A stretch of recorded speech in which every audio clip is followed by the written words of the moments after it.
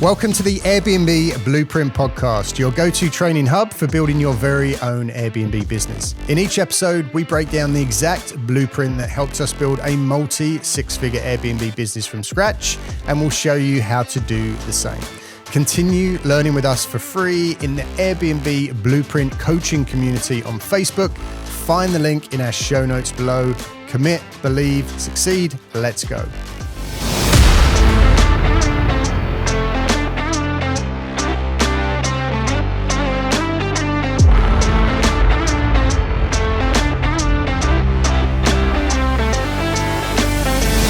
All right, guys, welcome back to another episode. We're going to get into some really deep and detailed stuff in this episode to give you the steps that you need, the real tangible steps to go out and do this. And when I say this, I mean generating leads that you can go ahead and sell to other Airbnb hosts, taking your commission and simply sitting back and getting paid.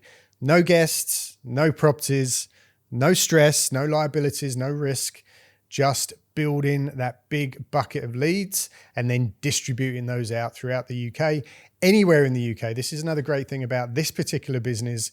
It doesn't matter where you are. So if you're in the rent-to-rent game, if you're based in Manchester, a lot of people will say to you, well, you must only have your properties in Manchester, close to where you live, because that's the area that you know with fundamentals. Is it transport? Is it tourism? Is it contractors? So you need to know your patch. But with this, as we prove day in, day out, we're generating leads anywhere from Bournemouth to Scotland. There's literally no limit, and you can do the same. Scale this business as big as you want from anywhere in the world. It's absolutely fantastic. And today in this episode, it's a good thing that you're here because we're going to give you some real golden nuggets. And we've got the main man here as well to help talk us through them. So thanks for joining. Thank you. Yep. Thanks for having me. Good to have you here. Okay, so what we've got up here on the screen is we've pulled up one of our brochures that we give out to some of our mentees that decide to come and work with us to learn this particular strategy. And within this brochure that you can access through the link in our show notes, you can go and grab a copy of this.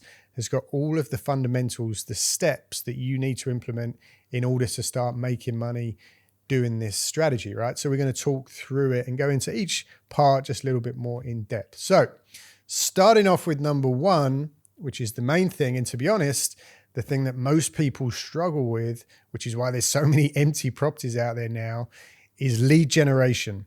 So how are we going to go out there and find our leads? So we've got here a couple of the obvious things. We've got social media, so a really strong social media presence. That's kind of a given, right? We have to be visible on the social media networks. Email marketing, online travel agencies, relocation agencies, and B2B strategies. So what we're doing here is we're creating a funnel that's going to be continuously dropping leads into our bucket.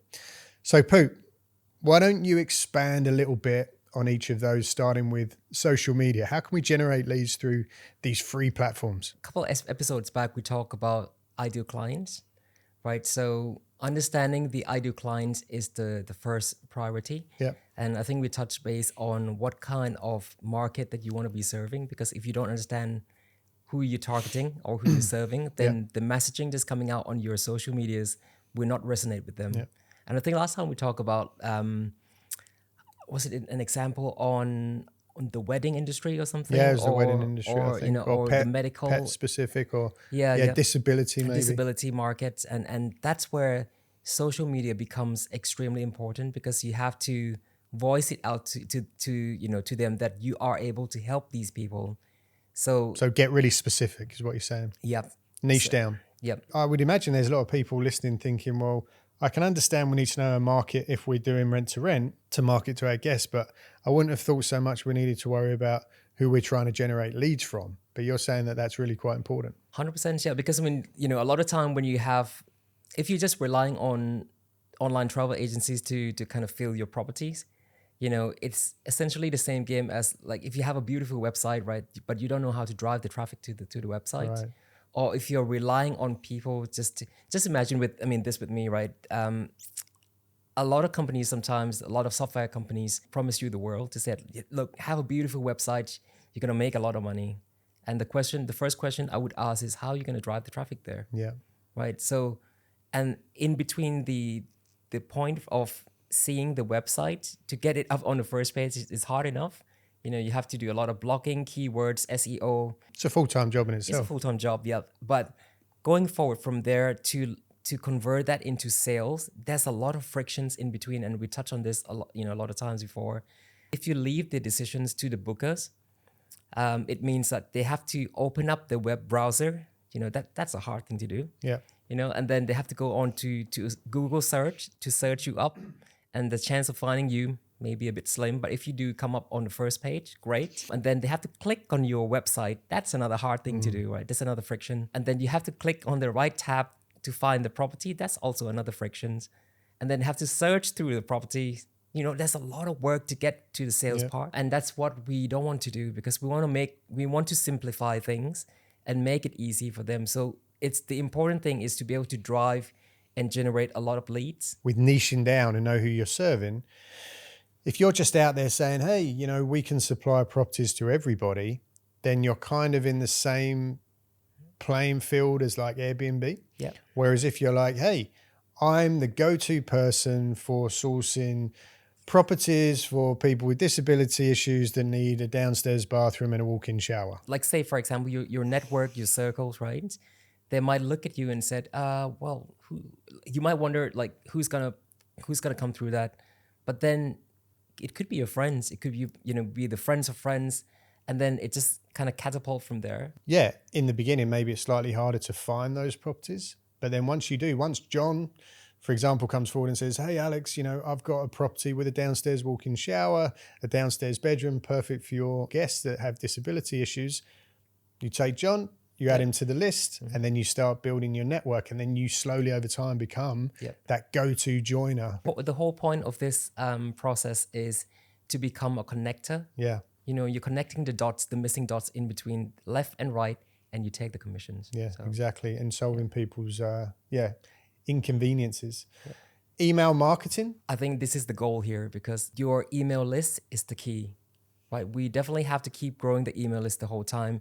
If you have your clientele, with you, the only way to keep nurturing them, to keep coming back, to keep getting more leads is through the emails. Because if you're relying on OTAs, again, like, I come back to you before, there's thousands and thousands of properties online, right? So it's so hard to get the bookings. But if you keep proactively reaching out to people on emails, they see you all the time. And I think that's where you generate, it's not going to, resonate with everyone at that point in time, but it will resonate when they need it. When they need it, which it varies throughout the day and the weeks. That's when you keep getting more leads coming back to you. And then what we've got email marketing, we've got the online travel agencies themselves. So how can we source leads through there? Well, online travel agencies, we have to keep, like say Booking.com or Airbnbs, don't cut them out. I've seen a lot of people in different property groups that they're just trying to come out and say, look, duplicate the listings or do something else and try to input. Trying to be clever. What do you call, like when you do like a telephone number and take them offline? Like say, I don't know if it's 0123, they'll put 0 underscore right 1. Trying to get them off the sites. Why would you do that? Because these people, like these platform have the biggest reach, in the whole world, right? Booking.com have spent billions on marketing. Why would you cut them out? So just like you always say, use them as a gate opener. As a gate opener, yeah. And then you start to take them into your world and get them into the email list, right? And within that email list, what you can do as well, you can kind of segregate your email list into different categories, I would say. It could be depending on what market you're serving. Let's say, if you're serving the contractor market, you can categorize it into, certain amount of contractors. Is it a man with a van, or is it a bigger team? Is it more of regular chunkier bookings? And then the message that comes out to that email have to tweak and then resonate. You can't just send a blanket email to everybody. Okay, and then we've got the relocation agencies. So we're talking about like insurance agencies and all these companies. And most of the time, these guys, they would be like, we have a preferred like suppliers already. but it doesn't matter, right? We just reach out to them to make sure that they know that we are there. Because the thing, like these guys, when what they like to do is if they have somebody that can carry or do the work for them, you are essentially becoming one of the subcontractor for them. Yeah. If the relocation agencies, let's say the insurance company, they have a problem with their clients and the clients needs a property, right? Instead for them having to go out and trying to source everything, we do all the legwork and we can charge the commissions for it. I think most importantly as well, it's about taking advantage of the opportunity that's in front of you. For example, when we had a booking come through from the local council, Yeah. the booking comes in. Okay, maybe initially it comes through the OTAs, like Pooh was saying, but then once you've got that contact and you realize it's a huge opportunity, like the council that have placed one of their tenants or one of their clients with you, and then it's like, hey, you know, are you having problems sourcing accommodation? Just so you know, we can source accommodation anywhere for you for all of your clients. Take away all the pain of you having to do it yourself. We get you better rates. Oh, really? Oh, wow. Okay, yeah. And then before you know it, you're their main supplier. Yeah, the go-to person. You know, that can be a Exactly. 6-figure contract in itself, just like that. So it's about realizing the opportunity. All right, moving on, we've got analyzing requirements. So this is about becoming like laser clear on exactly what your client's looking for, right? Yeah, so everyone, you know, every circumstance, every deal is unique. So it's so important to understand what they want and what they need to begin with. Sorry, I don't mean to say what they want because everybody wants a world, right? So what they need essentially is the most important thing first. Like, oh, I need to cater for my for these two clients because their house are you know, pipe breaks or whatever that is, and then they need this house, but they have got a pet, you know, and can the property accommodate pets in this case? So you have to understand all the bits, you know. Does the property need to be ground level, or can they walk upstairs, or does it have to have wet room, or you know, any sort of you know. So that we can go to our network knowing what we're looking for, and then we can present the right property to a client. Because the thing is, if you don't know the requirements, specifications, then you go and find the property that doesn't suit them, right? And they've just said, nope, don't need then it. it's a waste of time. everybody's time. Okay, so we've spoken about number 1, lead generation. We've spoken about number 2, analyzing requirements. So moving on to number 3 here, we've got network reach out. So this is, like you said, connecting the dots. There's no point generating the leads and getting all the requirements, and then it's like, okay, I know I need a 4-bedroom house in Grimsby. Where do I find it? So we need to generate that network. This is the part where, you know, if you have a network group, if you're part of like, you know, properties like short-term let groups, different groups that you might belong to, it's a great way to kind of reach out and get your visibility out there as well. It won't resonate with everybody. You know, if you put a place out like, say, Grimsby, or is it in Edinburgh or Manchester, or, you know, somewhere, not everyone's going to jump on you. You know, maybe a couple will come back and say, hey, you know, we got something ready. And then you can have a conversation with them, because it doesn't have to hit everyone, but it's also a numbers game. I mean, we get a lot of people training with us that ask the question, how do I know that property is going to be sufficient, good enough quality for my client? You know, I've never worked with them before. Is it going to be a rat's nest? Ideally, we would like to work with partners that are accredited, you know, let's say with certain schemes like the accreditation of service apartments. That's it, service partners. So that is a good sign that, you know, it means their upkeeps are to the certain trading standards. And I think this is a bit of like a gap in the whole short-term let industry in the UK, because we don't have a solid, you know, requirements that we have to meet just yet. It can be a cowboys market to a certain degrees. So it's really important, because the entry level is so low, so anybody can just come in. But so it's always good to keep a lookout for professional hosts. You know, if they are like super hosts on Airbnbs, at least that shows a good sign as well. You know, if they're a reputable host, if they're, you know, in the business, and if they haven't got anything on Airbnb, chances are they're a bit shady, I would say. We've met some like scammers out there too, a couple months back, where you know, we put the post out.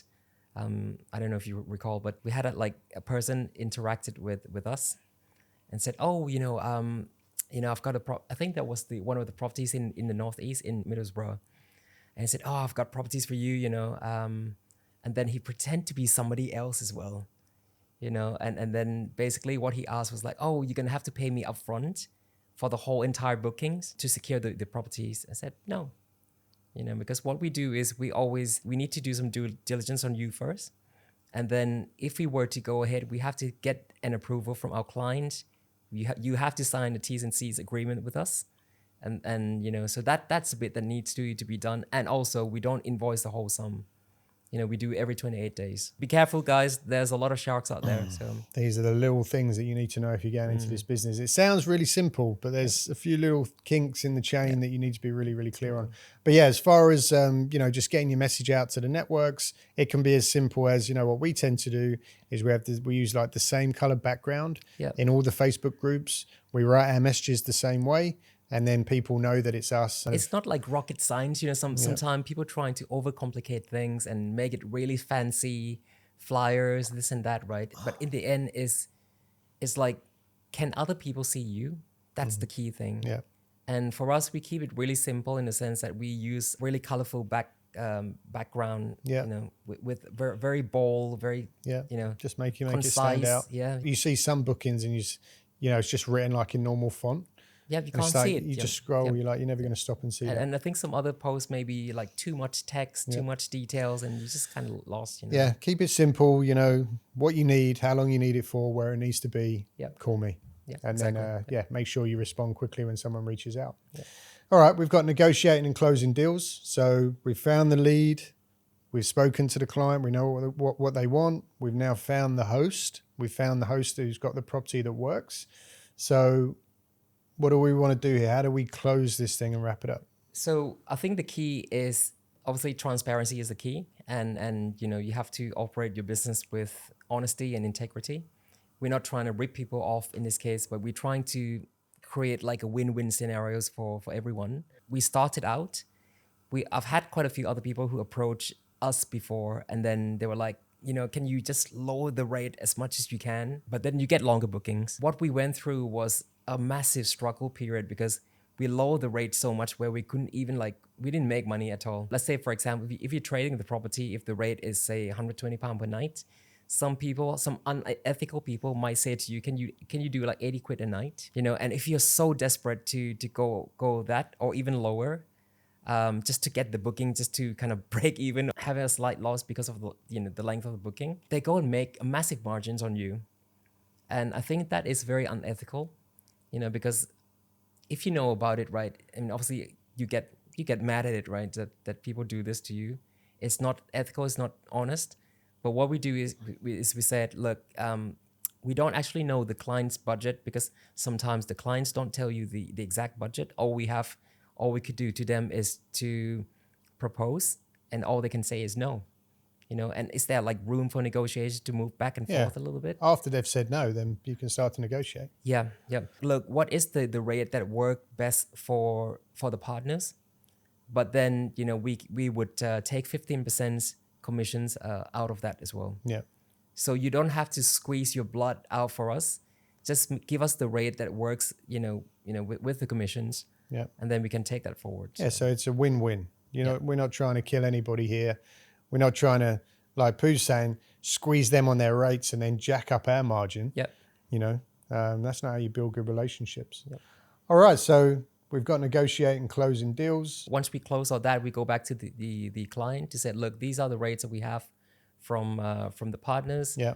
Are you happy to proceed? Most of the time, if you go back and you're trying to please everybody, right, it's not going to work.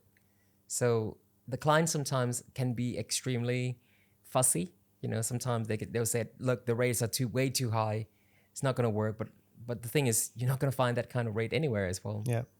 And, this is the thing where I find that it's so important not to do like a race to the bottom, because you are providing a valuable service to other people. So you should be able to, you are entitled to charge a premium rate, going forward with them. So that would kind of like, get rid of the clients that you don't want to work with and leave you with the good ones that they know that, if you go to Alex and Pooh, they'll get us good properties all the time. Contractually, how do we manage this process? Because we need to talk about, how do we protect the client? How do we make sure that we get paid? How do we make sure that we don't get cut out?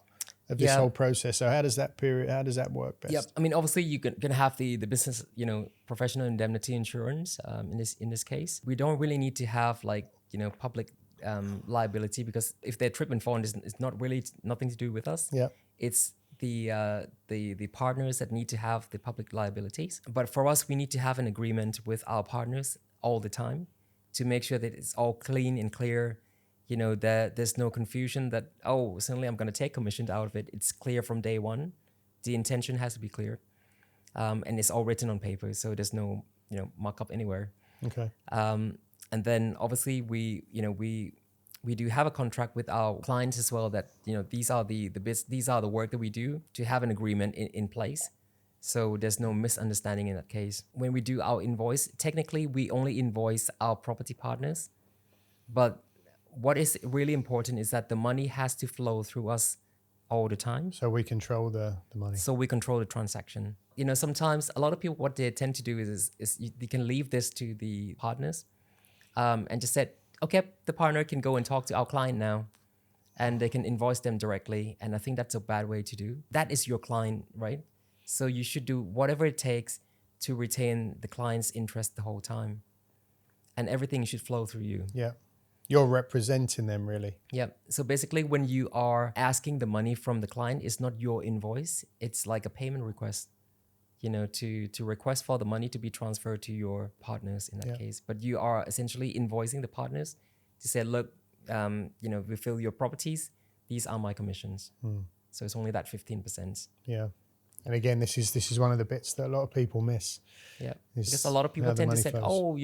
I've invoiced the whole sum, £20,000, and suddenly that needs to be shown on when you do your income. Your income. That's not your income. You're gonna get taxed for something that's not yours. So it's very easy to trip up, isn't it? Yeah.